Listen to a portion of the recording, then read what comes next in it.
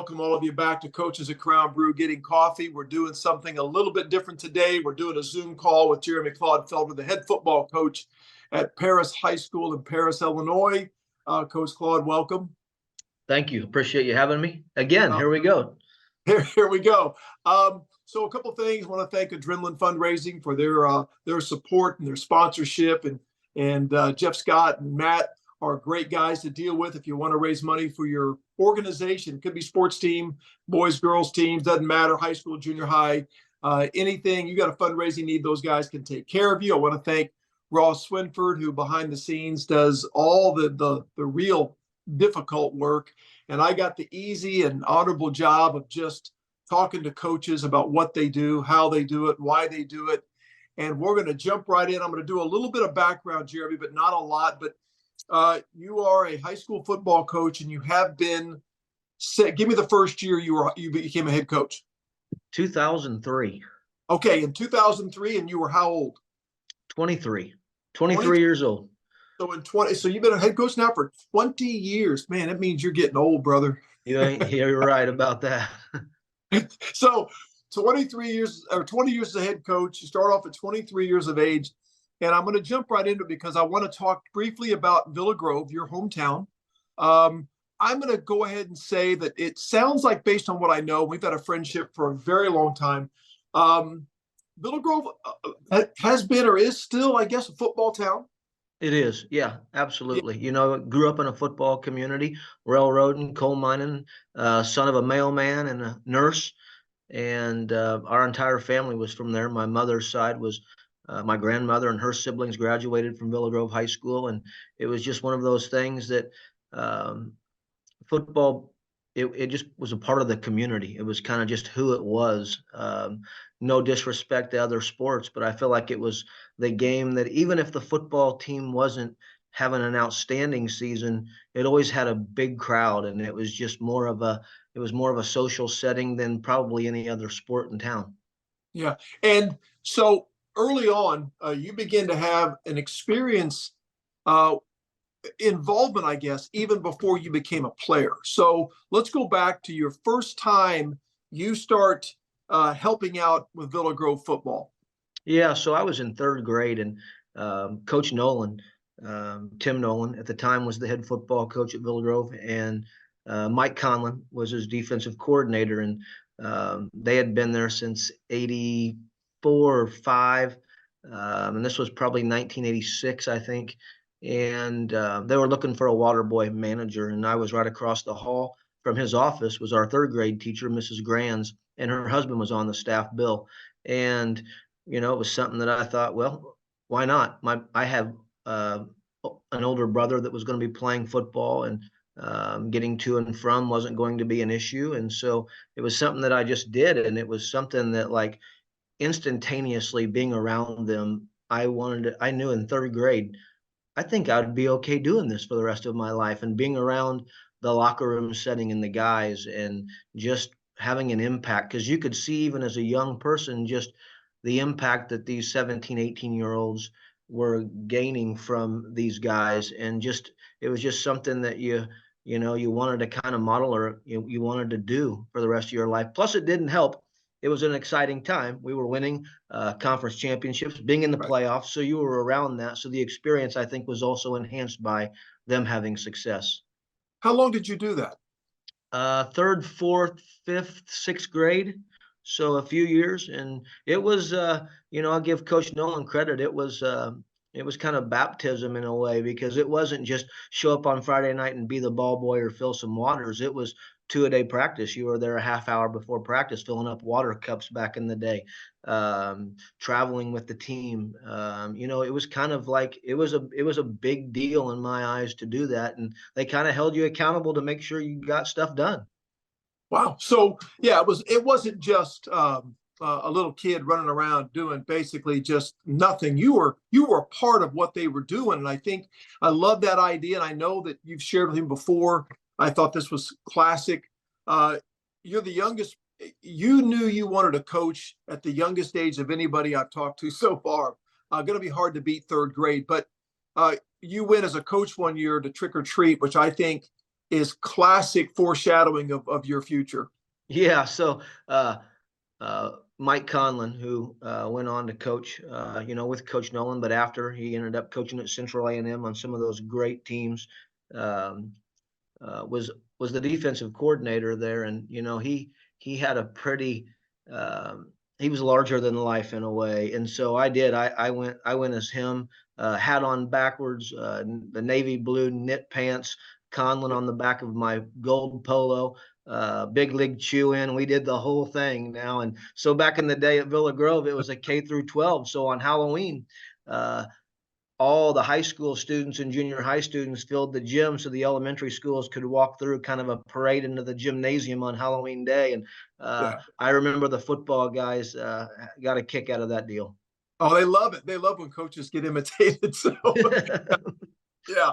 So you were bold enough. They were probably terrified to do that, but not you. You said, "Oh, you know what? This is one of my idols right now. This is great." Yeah. So you probably did it as an act of endearment, and they thought it was hilarious. So Right. that's really cool. So you play high school football there. I assume you had a great experience. Your high school coach was Kevin Crandall, Coach Crandall, who is also the executive director or president of the Illinois High School Football Coaches Association now. And so Coach Nolan and Coach Conlon leave right before I'm getting ready to get Coach Nolan in junior high PE at the end of my sixth grade year. And they went to Wittenberg, Ohio to coach college football.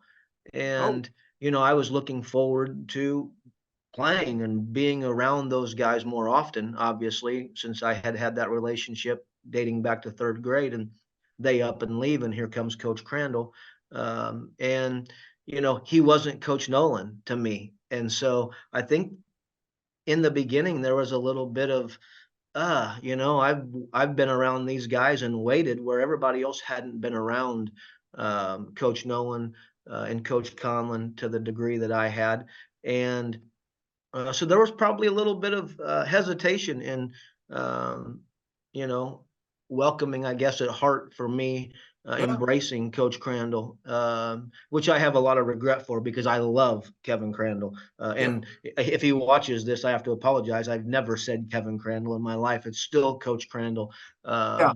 And it Oh, was still with the same, um, it was the same program. I think that's the thing that had both of them very much alike. It wasn't football wasn't something you did. It was a program. And for Coach Crandall to come in and still carry on a lot of the principles, I think, and believe that we're being, coached and taught by Coach Nolan. It was a very yes sir, no sir environment. That's the way it was. It was very discipline oriented, which I think spoke volumes for the success that Coach Crandall had there. He kind of piggybacked off of that, but was his own guy. And the love and admiration that I have for him now as an adult, as a coach, um, he's held in very high regard by me. you did not this a little bit off the beaten path here, but something I don't think I've ever asked you before. But um, was it your desire as you're going through playing there to coach there someday, like as a head coach someday? Is that something you dreamed of doing? Like, I want to follow like Coach Nolan, Coach Crandall. I want to be the head football coach at Villa Grove, and that's my goal in life. Yeah, really it was. So Coach Crandall left at the end of my junior year, which again, I had gained a lot of adoration for him. And so he leaves at the end of my junior year. So again, I'm not very happy with this guy right here. I mean, I'm getting ready to be a senior and now you're out the door.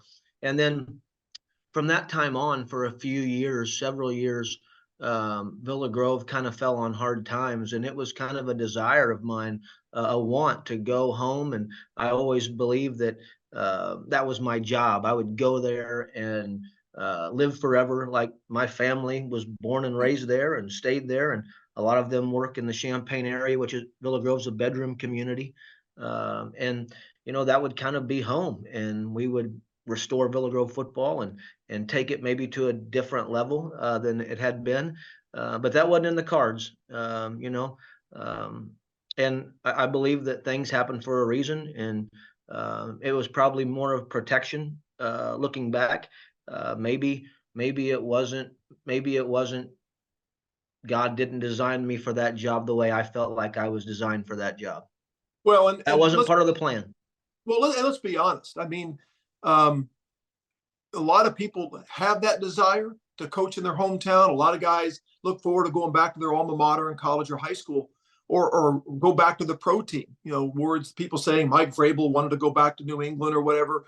But the thing is, it can be tough because you don't go in with a clean slate like most new coaches do. You go in with some preconceived, both good and bad notions about you. I'm sure in your case, mostly good, but still, people have already made up their mind about who you are. And if you've changed it all, or if you've even bettered yourself, a lot of times the old perceptions still linger, you know, Yeah. or your family, the perception of your family or whatever. So, and I also found this when I was only rumored to be going back to Salem to be the head coach. Um, I felt like there were some people in the town that thought they had an in with me, with their kid or their child or whatever, because they knew me before. And I think that's a little dangerous. You know what I mean? You know, Right. you don't want that to linger in there. Like, hey, you know. I've So I seen think, I think I've seen some friends and colleagues enough that have gone back to their home that that's probably why I see it as a blessing that that opportunity never really came about. Just because I feel like home is home, and Villa Grove will always be my home. I have a ton of family that still lives there. Um, and it's a place where I can escape to sometimes when the boat's taking on water and I need to get away and go play golf like I used to with my uncles, or go to Villa Grove and have dinner with my mom, or see my brother and friends. Where if you take that job, there's no escape from the job or no escape from home, possibly. And when the boat takes on water and you're going through hard times, where do you go to escape? I'm already home. What do you do? So I think there's a lot of uh, blessings and reasons for why maybe that didn't work out for me, because I don't believe I could have handled that. Let alone, I think, as we all know, small town high school football, you're going to ride the wave a little bit. It's going to be a roller coaster. Some years you're going to be more talented, some years you're not. Um, People are always going to expect you to have success for their kid, the same success that you had for someone else's kid, maybe in spite of their children's talents and abilities sometimes. And when it doesn't work out, someone has to be at fault, right? There has to be a finger point and a blame. right. And I don't know that I could have handled that in my hometown, because I feel like it would have been very difficult to depersonalize. Hey, I thought we were family friends. You've been friends of our families for decades and years, and I don't think I would have been able to handle that. Yeah, I think that's really, really a lot of wisdom in that statement. I think, and you and I aren't sitting here saying a person should never coach in their hometown, but I do think there's a lot of things to think about, like you said, because it can, you know, coaching is coaching. It can end really, really good, and it can end really bad. I mean, we know in our business, sometimes it doesn't go bad, and it may not be your fault, maybe your fault, but when it goes bad in your hometown, there's something different about it because, like you said, expectations can be a little higher than maybe for someone else getting hired because they know you and they expect a lot out of you. And so I just think a word of caution. I think it can be a blessing, but got to be careful. I think sometimes about that. I think Jesus warned about being that person in your hometown. So I I think think it that's, has to. I think it has to be the right person in the right place. amen. You're right. And like I said, I would never say it's never the right thing to do, but just a word of caution there. So great discussion on that. I appreciate that. And I know that when you finally you start, you know, I know you assisted for me in 1998, and I've said this to you before. From the moment you stepped in and said, "Hey, I'm Jeremy Clodfelder. I want to be a football coach, and I want to help you out. Maybe someday I'd like to be a head football coach." And I mean, I'm telling you, Jeremy, from day one, I said, this guy is going to be a very good football coach. It was the knowledge of the game already that you had, your demeanor, the way you carried yourself, the way you took to what we were asking you to do. I mean, so there was no doubt in my mind that you were on the path. I just had no idea. I mean, I like to think I kind of knew you were going to be very successful, but you've done some extraordinary things. And I could tell from early on you had a great chance of being good in this profession. But you did some different things between the time you graduated until the time you got your first job. I know you had a college stint at Culver Stockton, correct? Yep, Uh, I did. that is so. give me a timetable a bit. When did your first head coaching job came at East Central High School at 23 years of age? What was your coaching experience other than Carterville up to that point? So I had an opportunity to coach youth football. It was the first year of JFL football in Villa Grove. They were starting it, and I was at Parkland College. So I ended up coaching the fourth grade team and had a blast. And then once you really actually do it, you think you want to do it, and it doesn't matter what level it's at. It doesn't matter the age group. I think once you do it, it's in you. It hooks you. It's got you. It's over. And then that was kind of the okay. And then the next year, I actually helped out with Lenny Cimini at Villa Grove High School. There was a situation that occurred, and Lenny ended up becoming the head football coach about 7 days prior to the first game. Ooh, that's tough.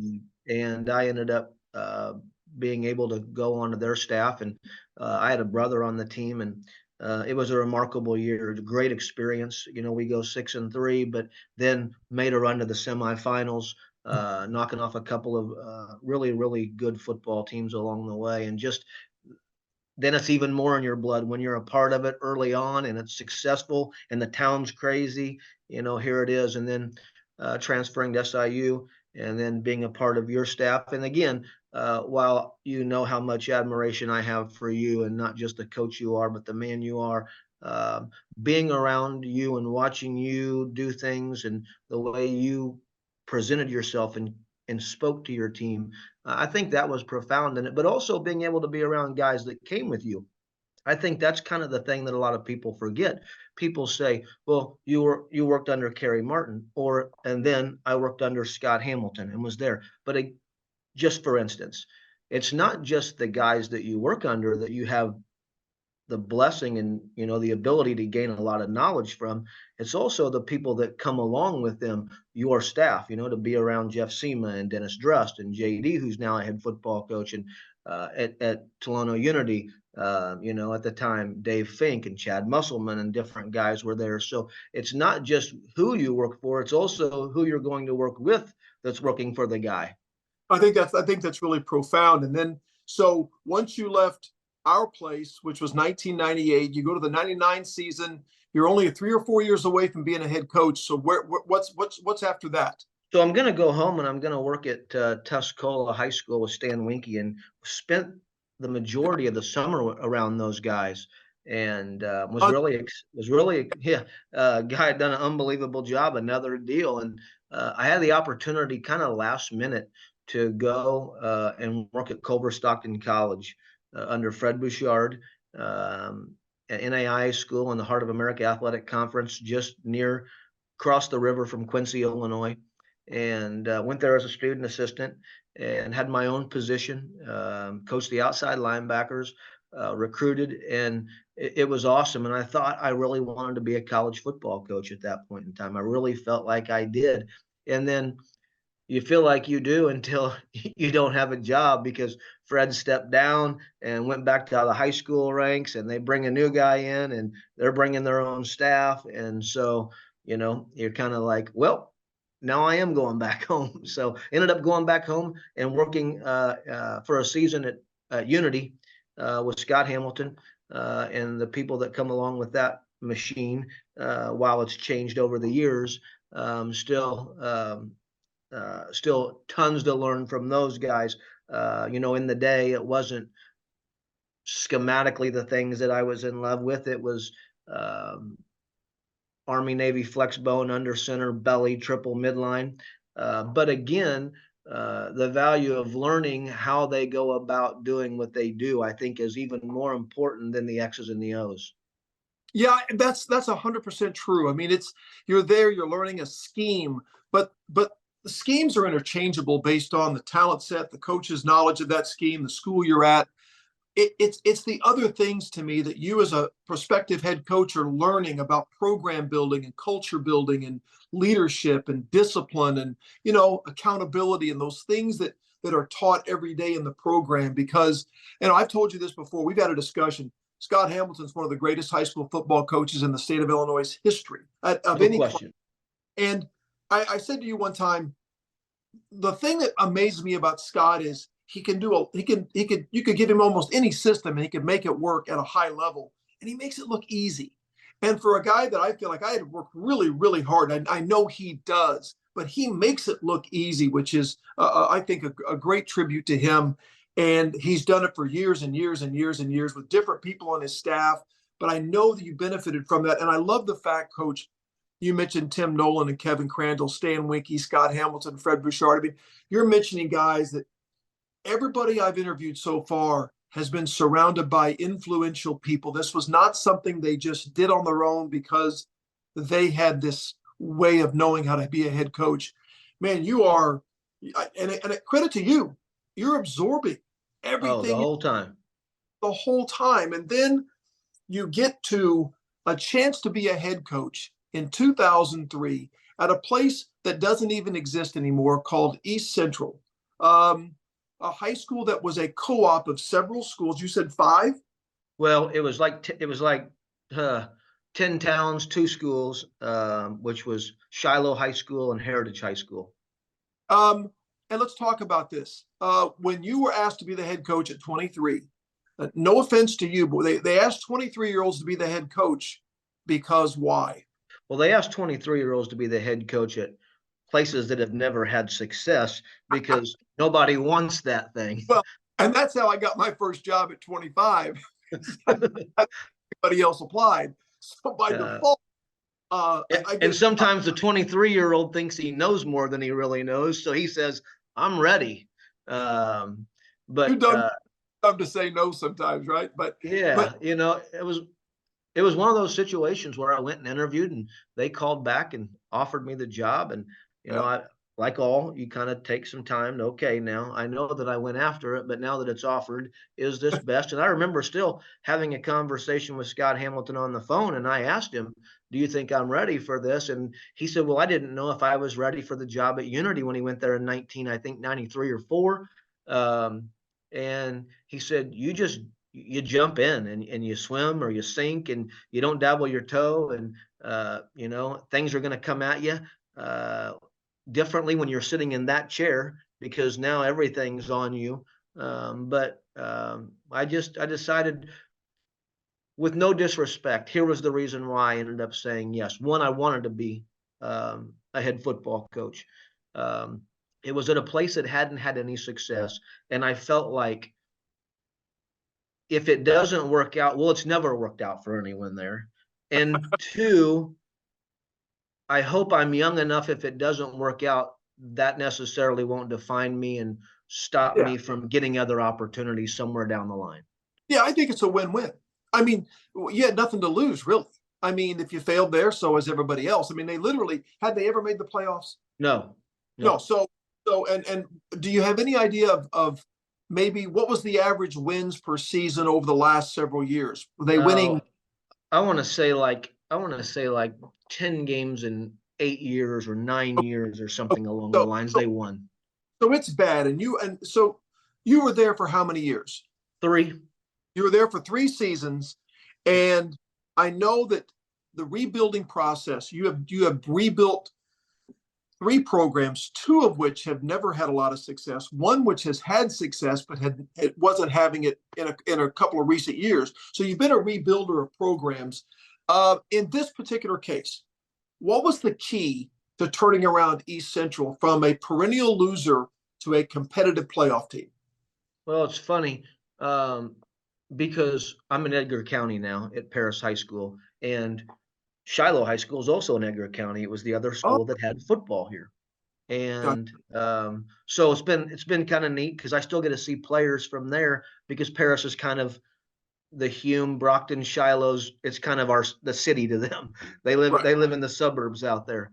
So I get to see a lot of former players. So to be able to guide both these Edgar County schools to the playoffs and have some football success here has been kind of neat just to be the one county, if you will. But very similar things that needed to happen at East Central were also the things that needed to happen at Paris. Someone had to make them believe. Someone really had to make them believe that you were good enough to be successful. Here's the ingredients. Here's what we have to do.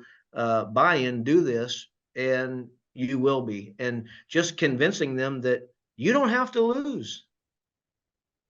Well, I think that was, and that's a huge challenge. no. Yeah, that's what I wanted to say. It's that you're 100% right in the places that I've been that needed to be rebuilt.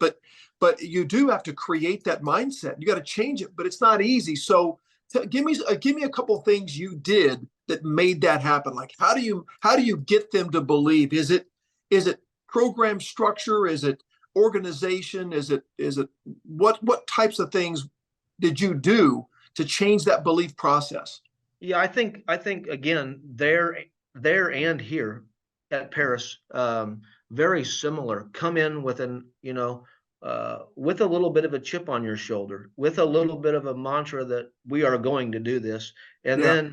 then unveil the plan to them. And when they see the plan, let them see that there's structure, it's organized. This is the off-season phase. This is how it goes. This is what we do in the summer. This is how camp runs. This is how we do practice. This is how we prepare for a game, and do it like it's a really big deal, because it is a big deal. I heard Larry Karras speak years ago at the Illinois Football Coaches Association's clinic, and I'll never forget him saying this: within the means of your budget or the structure of your program, make it your Notre Dame, because it is your Notre Dame. Right. I had a national championship coach one time look at me and said, if you want to have a big time program, treat it like a big time program. And like he said, like Larry said, no matter where you are, Right. Treat it like a big time program. Talk to your kids like it is. Raise money in your fundraiser like a big time program. Be organized like a big time program. Don't wait to be a big time program and then do that stuff, or it'll never happen.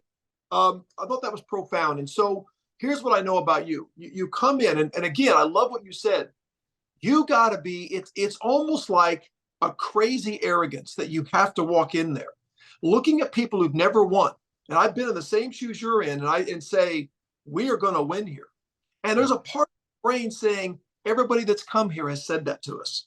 But Right. what is going to be different this time? And I believe it's not the first speech you give. It's in the daily stuff you do. And I think in your case, it's in the relationships you begin building with those kids. Would you agree with that? Absolutely. I think that's, I would like to look back someday and go, obviously you want to win as many games as you possibly can, but ultimately, I hope when guys are gone from here that the relationship still mattered, and the relationship still matters, and it carries on long after they're done playing football games for us. Yeah. I've often said the out route is a great route to learn and to run and to know, but it's of no value after you graduate. I mean, Right.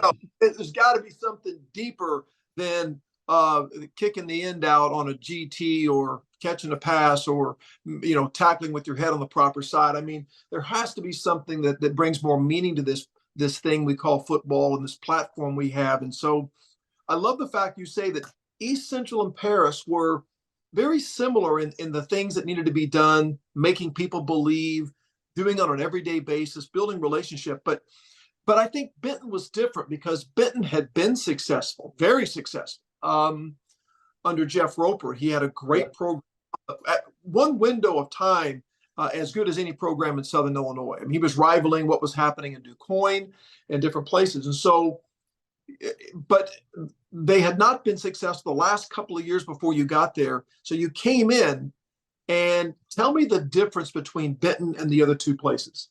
Well, I think the biggest difference overall is immediate buy-in. And I don't say that disrespectfully. I just say it kind of matter of factly when I look back at it. And we still hold Benton near and dear to our hearts. We have a lot of friends there. We were able to be there a couple of weeks ago and see a lot of people. I think what happens at East Central and Paris are no one's seen it. I mean, the last conference championship at Paris was 1970. The last undefeated season at Paris was 1963. No one's seen it. So you come in and you sell it and you stir it up and get everybody on board to go all in. I think they jump on the train a little faster. Where at Benton, you know, they had had unbelievable success under Rope, and I mean playoff runs, conference championships, Yeah. done a really nice job. And then for a lot of reasons, there was a change, and it was what it was. And I think there was a certain fraction of people who almost saw me as the bad guy because I took the job. Someone was going to take your job. Those kids deserve to be coached. And I felt like, you know, there was a lot of fence sitters. There were, you know, they were kind of sitting on both sides of, here's the new guy. We kind of need to embrace him in order to get this thing fixed and right. But we still want to show some loyalty to the old guy. And until you, and I understand that and respect all of that. And again, I think early on there was this perception or this thought that Coach Roper and I had this animosity towards one another. And like Jeff and I always had a pretty good relationship. It was all stemmed from the outside people in terms of perception of what our relationship was. But you know, hardest thing to beat's the kitchen table. If mom and dad are still continuing to, you know, live in the past or say that, you know, the old guy should still be here and this new guy shouldn't be, that's going to cause some problems in terms of buy-in and getting everybody on board to make it, to change it and get it headed in the direction you want to get it going in. Well, it's tough to replace what would be a legend at that time. I mean, it was Right. tough. It's tough to follow that guy. I mean, I don't care. It just is. I mean, it's if someone puts up the kind of success he had, and I let's bring this full circle. You're a guy that saw two head coaches at Villa Grove leave. Yeah. You like to perceive how you perceive the new guy, and sometimes it's not fair at all, but it's Right. natural. I mean, I have left programs and it's tough to leave. And I know the kids were mad at me and I know parents were mad at me and maybe some still are for, you know, you said you were committed. I mean, those feelings run deep because there is a relationship and then you Right. fracture.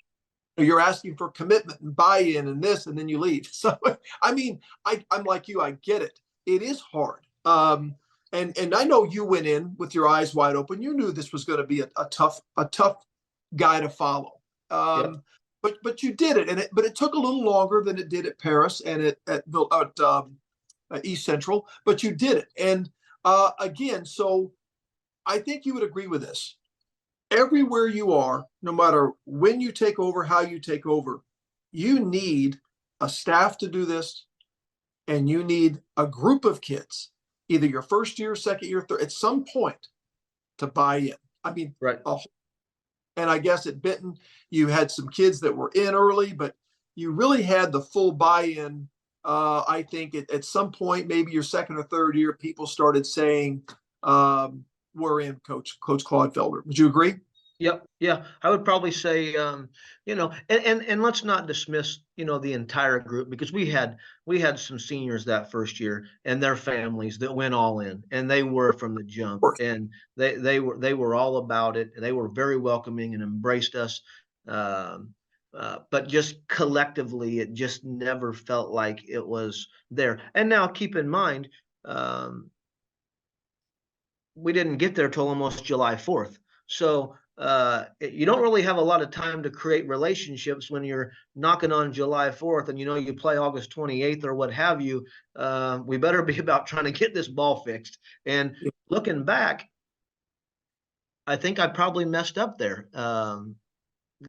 I was coming from the University of Illinois, where I was with Coach Zook, and you know, I don't want to say it was a college mentality, but because those guys are unbelievable and have great relationships with their players, but probably the time frame coming in, this is what we were going to do, not really evaluating the talent, just doing what I knew, probably set us back. And then the relationships. I remember Ryan Miller, who went with me to Benton. He was the athletic director at Shiloh, and when they offered me the job, they were looking for an AD, and so we ended up getting him to come. So we had shared some success together.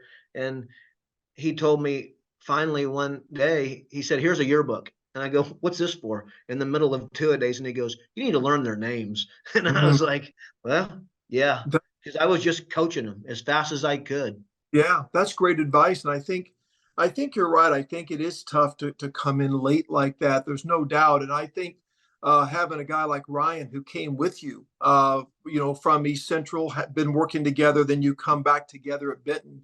Man, that's huge to have a guy. And I know you really inherited some really good coaches there, but to have a guy you already had a relationship with, I've had that experience a couple of places I've been. Uh, Jason Dunning and Jeff Sema came to Marion with me.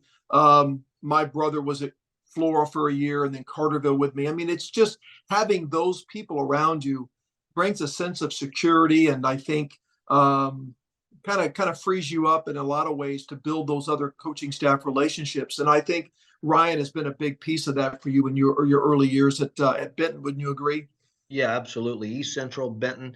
It was huge to have him there as a safety net, as someone that I could vent to, lean on, who I knew was my guy while you're hiring a staff and develop relationships with new people, which credit to Benton at the time, that doesn't happen a lot nowadays in small schools. You don't get to go take a job and bring somebody with you. So That's credit to, at the time, Dr. Kelly Stewart, and all of those people that were willing to make that happen.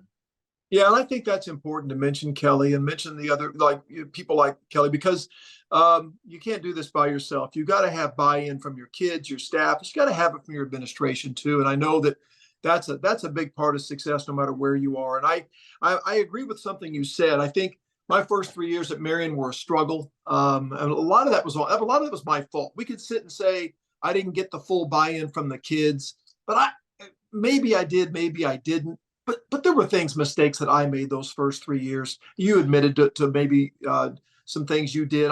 I know I did, and I want to say that some of those first kids I coached in Marion, we didn't win a lot of ball games, but they were amazing kids. And to this day, I'm close to them, and I respect them and love them, and I wish they had been around for more of the success we had later. I don't think they saw the best of me.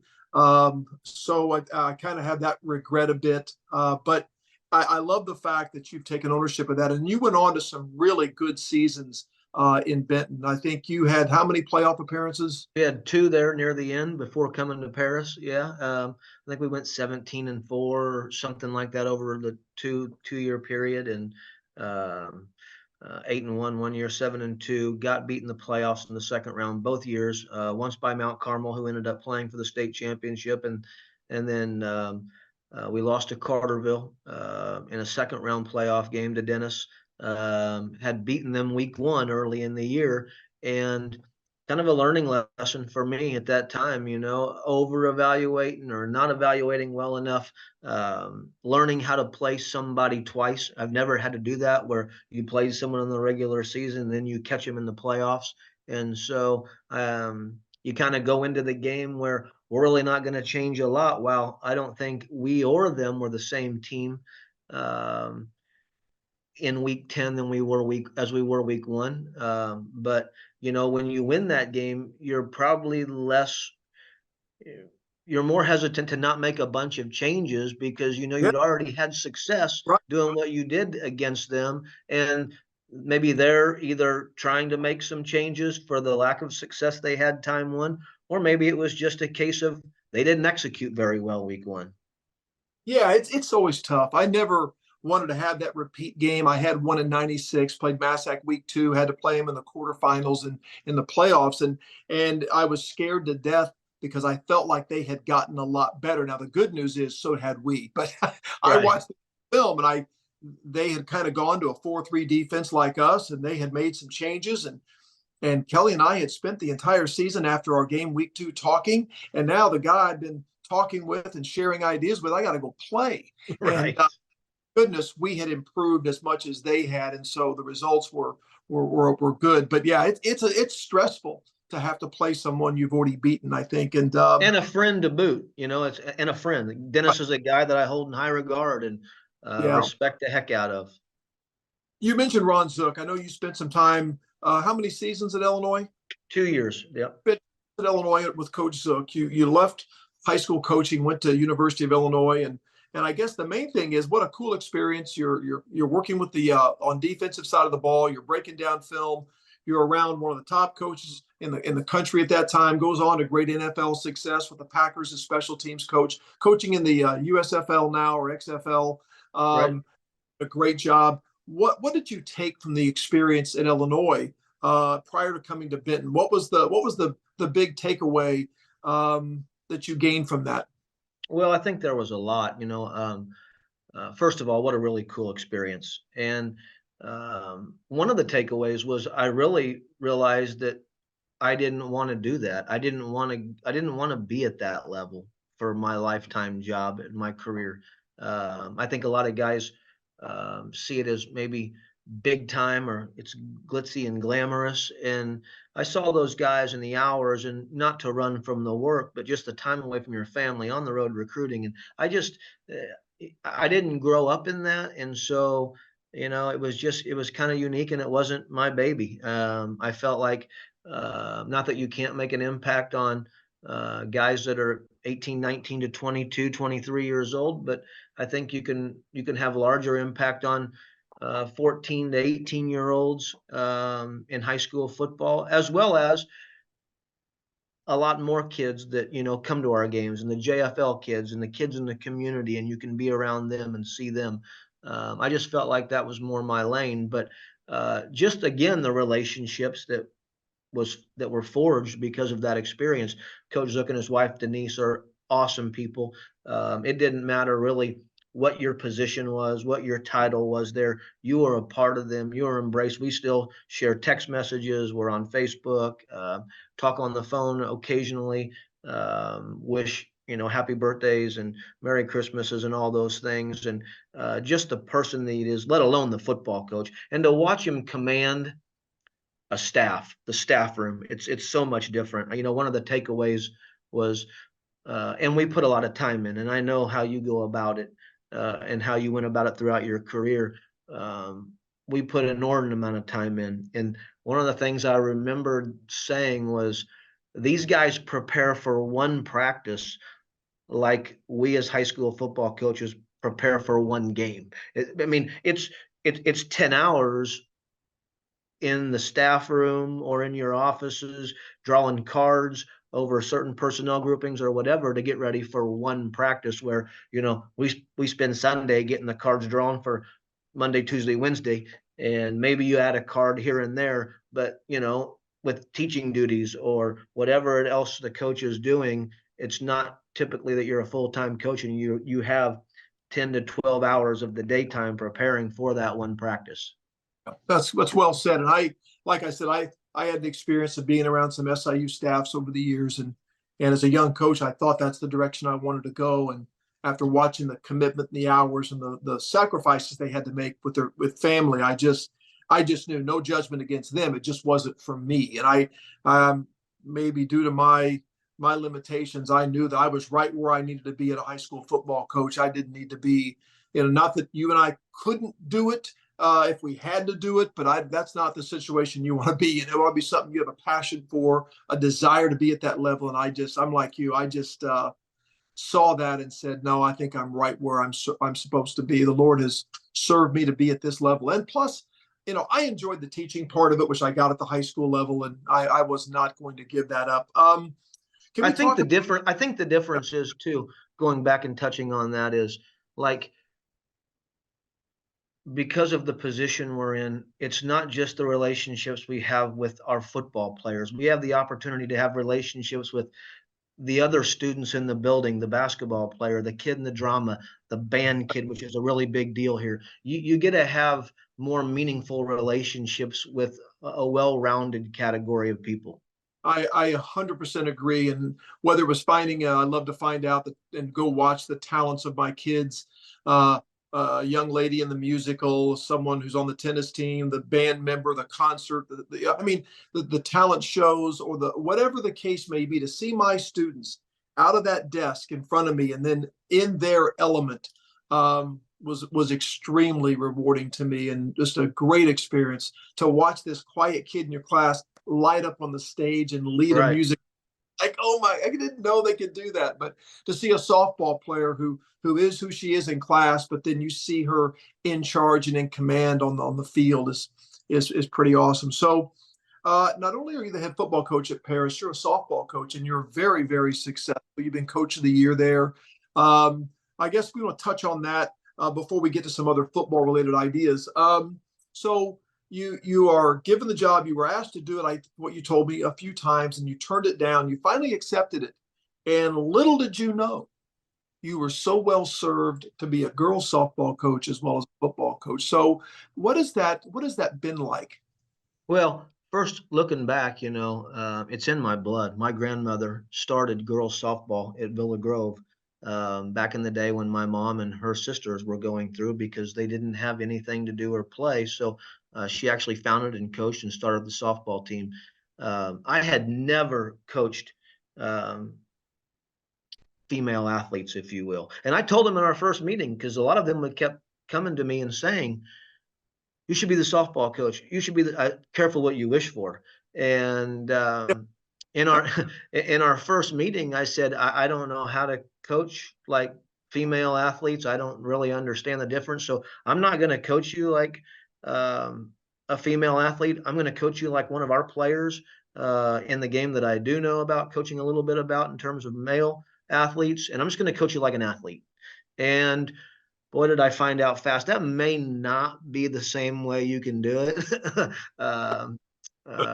But live and learn. And I think we learned fast. I'm blessed. I have an unbelievable staff. Everyone in Paris, Illinois knows, regardless of coach of the year or, some of the successes we've had as a team in terms of conference championships, regional championship. I'm not the brains, the mastermind behind the schematics and, the nuances in terms of pitching and hitting and fielding and those type of things. I run the culture, and I have a really good staff that coaches a lot of those things and does that. I think it's cool though. That's coaching wisdom. I mean, you know Yeah. what you're suited to do, and you know what they're talented and they're suited to do. So that's just kind of the CEO approach to coaching, which some college coaches and pro coaches do that, and you hand out the responsibilities, you delegate that authority based on the abilities of your staff. I think that's kind of leads me to my next question because whether it's softball or football, I mean, all the success you've had in both staff development. I listened to your buddy John Gordon, who we'll talk about towards the end, and he was talking about you want to build a great staff. First, you got to communicate, and then you got to coach them. And I thought there's so much profound wisdom in that idea that you got to communicate with your staff, find out what they can do, what they can't do, and then where you need to, you got to coach them up in your culture and your philosophy, and also move them to another level in the knowledge of the game you're coaching, right? And so, tell me about the way you've handled staff. Maybe first of all, getting the right pieces in place as a coach with a coaching staff. I think that's one of the more difficult things to do, which is why I believe you don't see a lot of guys move around as much anymore. I think there are a lot of reasons that is. I think, the state of education and economics and all the things in the world we've gone through. I don't think you see coaches leaving for jobs as much as they used to. Plus, I remember a day and an age where if a football coach's wife was a school teacher, districts got really creative back in the days, and they would hire the football coach and they would create a second grade job for coach's wife because they wanted a football coach. And you don't see those things happen as much anymore in the state of education in Illinois. But so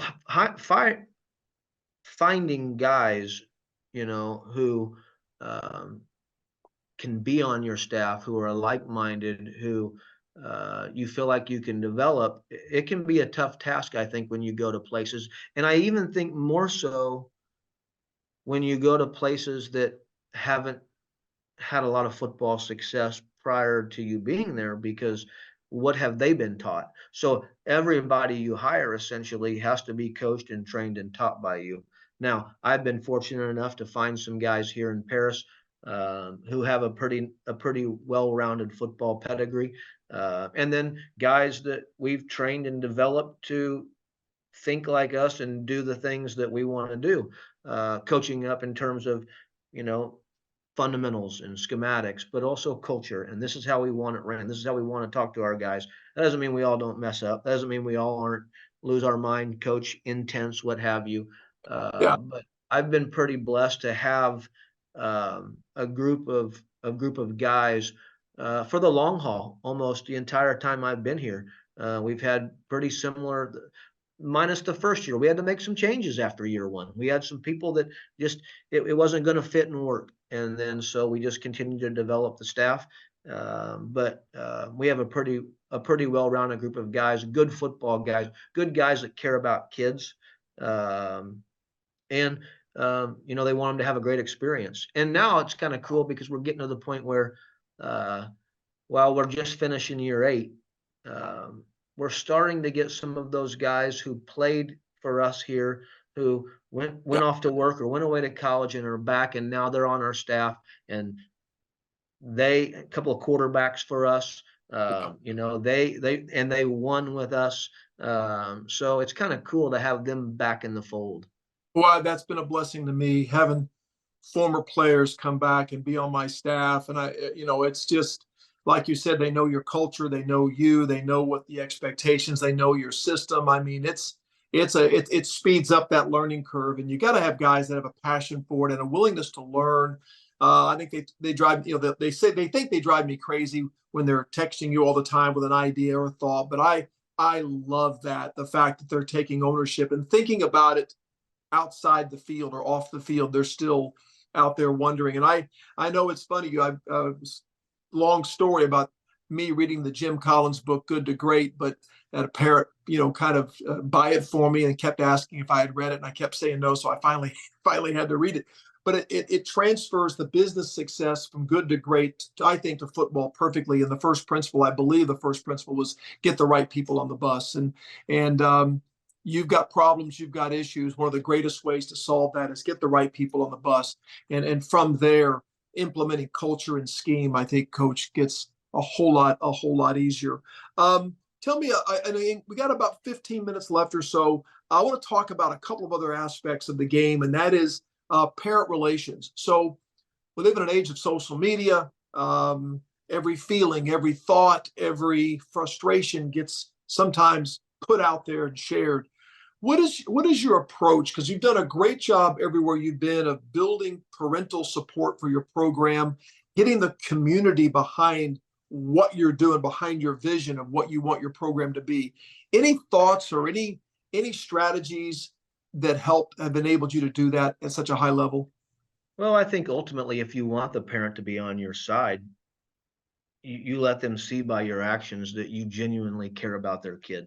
I think that if you genuinely care about their kid and have their kid's best interest, the parent, unless you're just insane, you're going to be on the person's side who has like my daughter.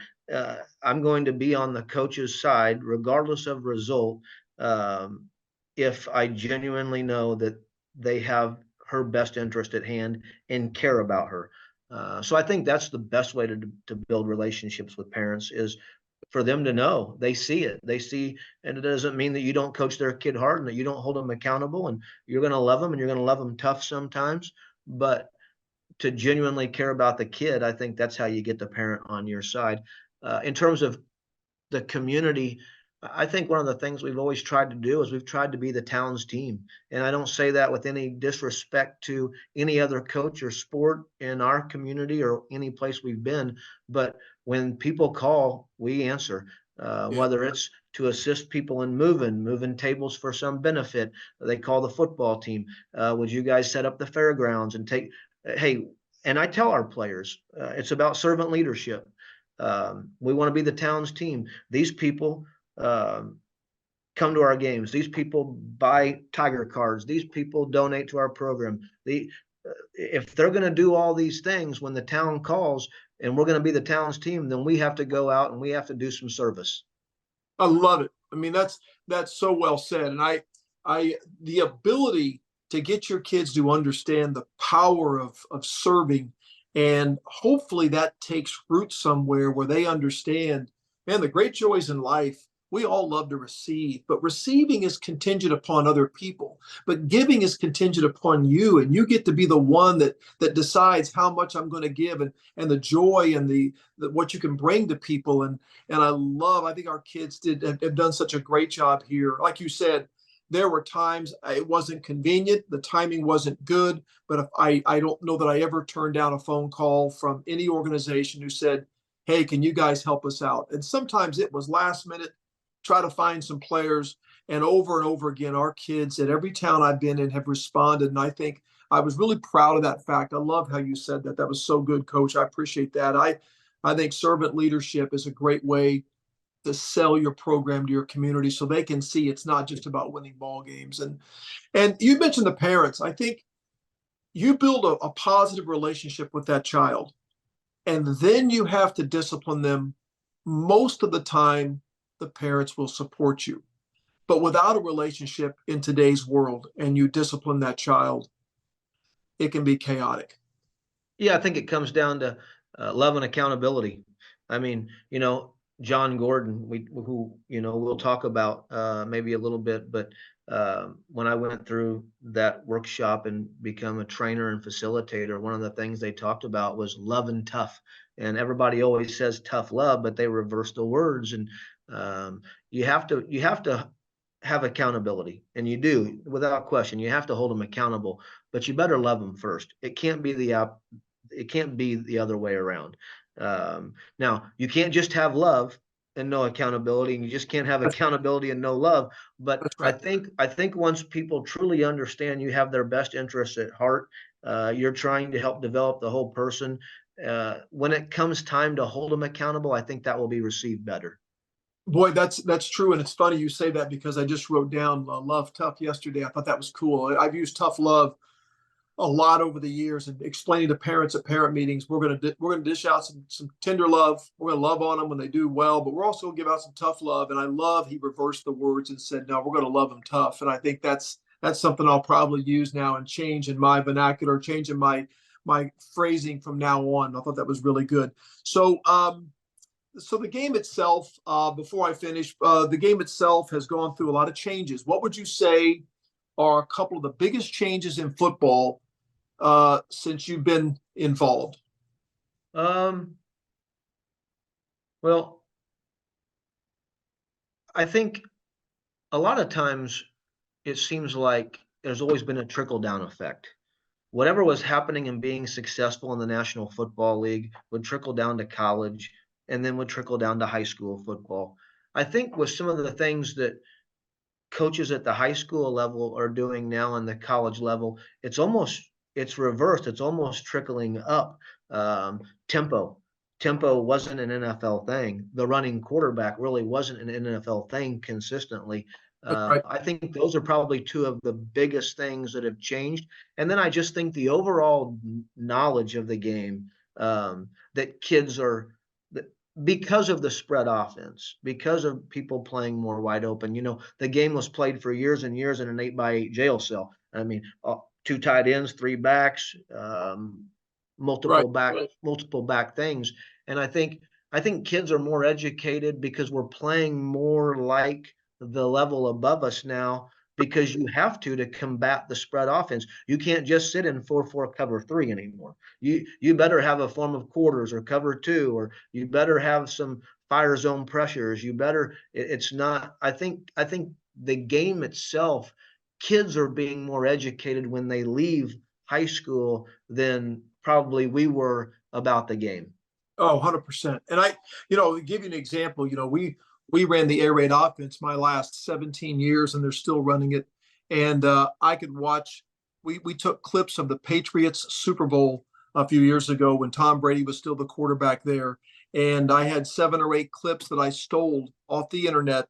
I could take to my team and show them that some of the stuff we do in the air raid was done in the Super Bowl last night.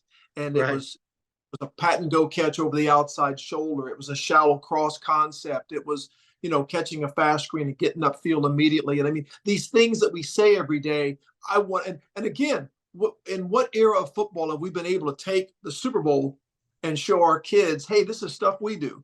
Because, Right. it's always been that. Yep. I love that you said that. And I think you're right. I think Tony Franklin, who's Jared Goff's coach at Cal and a mentor of ours, and we belong to his offensive system Yep. for years.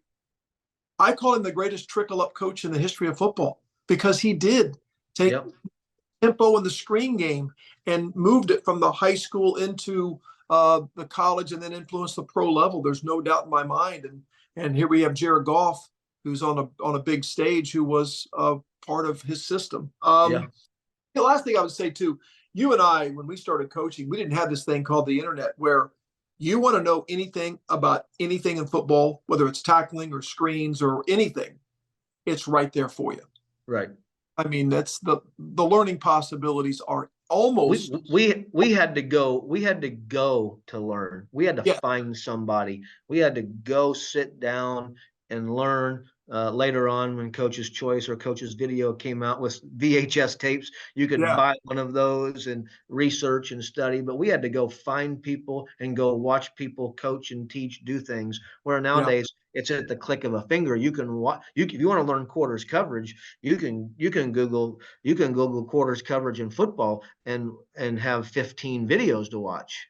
And it's almost overwhelming. You now the problem is there's too much information for you to look at. So now you have the tendency to want to overcoach, because you're exposed to so much. Oh, I like this. Oh, I like that. I need to run this. You're like, whoa, stop. Yeah. All of it. But you're right. It's there if you want it. And I don't have to spend 50 minutes at a clinic talk writing down 1,000 notes and only getting that 50 minutes worth.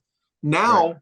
Video series, rewatch it. If you miss something, watch it a second and third time. I mean, it's just endless. And I think the young coaches out there have a cool opportunity to learn the game in a way you and I didn't. And the last two topics really, I want to talk about Jon Gordon, because you moved into a motivational speaking under the leadership of a guy named Jon Gordon, who's very, very famous. So tell me about that process and what that's meant to you, how that's influenced your coaching as well.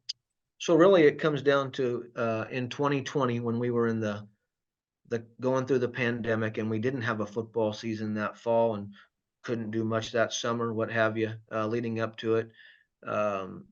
Idle time sometime is the devil's time for Coach Claude. So I got to find something to keep me occupied that's productive. And I had read several of Jon's books before, and then had the opportunity to go in and become a facilitator for his workshops of Power of Positive Leadership. And just just the things in there opened my eyes. And that was, Love Tough was one of those things. Love and accountability is just one of many of the things that come through from leadership, and just understanding that we're in a day and age now where it's just different. Leadership needs to be positive. That doesn't mean that you don't hold people accountable, and that doesn't mean that every conversation is going to be positive. But as a whole, I think we have to try and lead in a positive way and give people hope, something to believe in. The best is yet to come. To keep them going. And so it's been kind of a neat niche, and I've found myself doing workshops for regional office of education, school districts, athletic teams, and putting on these workshops. And it's been rewarding to speak about things that you're passionate about, but also kind of becomes a little bit of a side hustle, thank goodness. Well, I want people to know that, I've been promoting the adrenaline fundraising, and I want them to know if they have or a need for a workshop, a guest speaker, someone to infuse your program with some enthusiasm and some culture and some strategies for building that and leadership that they need, they can contact me. They can contact Swinford Media. We can make that connection and make sure people are able to contact you, because you have been an inspiration to me, and you've talked me off the ledge many times over the course of my career. You and I talked almost weekly for years and years during the season, out of season, and we're a great source for me to lean on. And I want to know, this Jon Gordon thing has really taken you to another level. I can hear it in your voice. I can hear it in the words you speak, in your phrasing, in your social media posts. So just a thank you for that. And I want people to know you would be a great resource to tap into I if you're appreciate that. in building because let's face it, Jeremy, um, leadership has always been around, and it kind of had a natural, almost osmosis effect for years. The head coach was this leader, this drill sergeant, but today it's taken on a need to be purposeful. Right. Leadership can be taken the wrong way, and it can be done the wrong way. And I think I love someone like Jon Gordon who's out there teaching you and I and other people how to lead with great purpose and directionally creating vision and so forth. So again, if anyone is interested in that and interested in you and being a part of what you're doing, let me know and I can make those connections.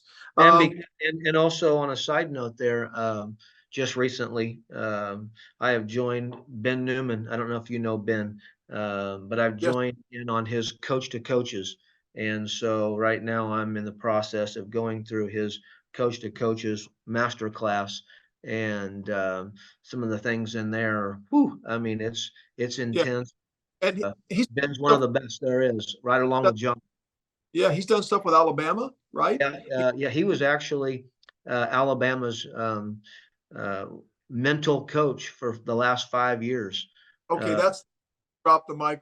yeah, I mean, he I, is he's been there 50 times in the last 5 years. He's been a part of 2 national championships.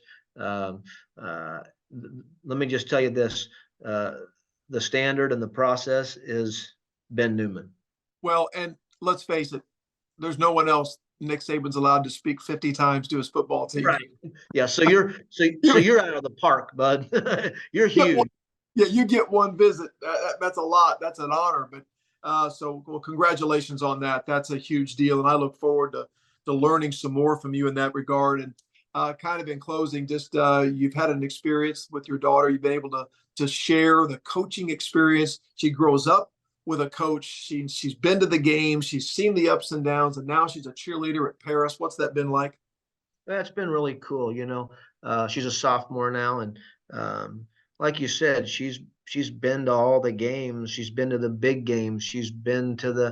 Um, she's been through the highs when it was absolutely exciting and fantastic, and then she's seen Dad at the low when it's like a death in the family after a loss, and Dad hasn't spoken to anyone for like 8 hours now. And last year as a freshman, we kind of stubbed our toe. We've been on a really nice run here, and like all places, for one reason or another, um, we kind of stubbed our toe and went 2-7, and she's a freshman cheerleader. And I almost feel guilty when I say this, but I'm also a parent too. And I had these thoughts of all these years she got to be a part of and see a lot of the cool stuff. And now here Yeah, she is a part of it.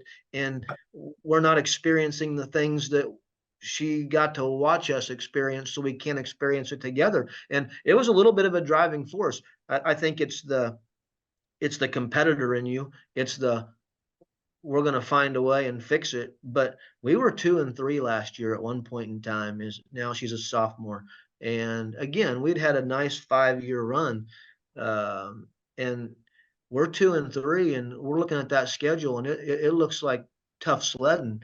And I'm like, no way. She's a sophomore now. Only 3. We're going to find a way. She's been to playoff games. She's going to be a cheerleader in playoff games. Now, it was round 1. Credit to our kids. We found a way to get there, and our coaches did a great job. And again, it's not about us. And I know it's not about us. It's not about her. But I want her to have a great experience too. I want her to look back and go, she was a part of Saturday afternoon football and playoff football, not just as a young child watching Dad. I want her to experience it as a cheerleader doing what she does here. And so it was a little bit of a driving force to work a little bit later, work a little bit longer, not just for our players while they're the priority, but also for that. And so part of me feels bad, and the other part doesn't want to apologize for that. I wouldn't apologize for it. I think it's a great story. That's part of this, was to pull back the curtain and let people see our hearts a little bit, even if it makes us vulnerable. And my daughter had seen a lot of success in my early years of coaching. She had been to championship football games and conference title games, and she came to high school and she didn't see any success as a freshman cheerleader, as a sophomore cheerleader. In fact, it was my worst year ever as a sophomore cheerleader, and I felt that same drive. And lo and behold, her junior year as a cheerleader, we made the playoffs. And I'm telling you, I don't care what anyone says, there was a special sense of satisfaction that she got to enjoy that. And then her senior year, we had even more success. But yeah, you want now that they're in and they're a part of it, you don't want to not experience it together. Right. So yeah, and so I appreciate you sharing that and being honest about it, because I had the exact same experience. I had the same emotions about it, and I think it's a cool thing. We're never going to be able to take that part of us out. You can't take the dad part out and set it Right. aside. It's going to Yep. be in there. Hey, it's been a great conversation, man, and you have shared so much wealth of knowledge about your experiences and rebuilding and culture, and I want to say I appreciate your friendship first and foremost. Your time on my staff for just a year was pretty special, and all those years we've spent on the phone together and talking strategy and sharing practice time and camp time and 7-on-7, and so glad you've been willing to stay in touch with me, though we're 3 hours apart. And you got a friend for life here, brother, and appreciate you taking the time to come on here and be a part of Coaches at Crown Brew Getting Coffee. Well, you've done a magnificent job with this. I've watched every single episode. You've had some outstanding guests. Not surprising. You've done fantastic with everything you've ever done. I want you to know that you're not just a great coach, you're a great man and somebody that I look up to and hope can emulate in some way, shape, or form, both on the field and off. Appreciate you, brother.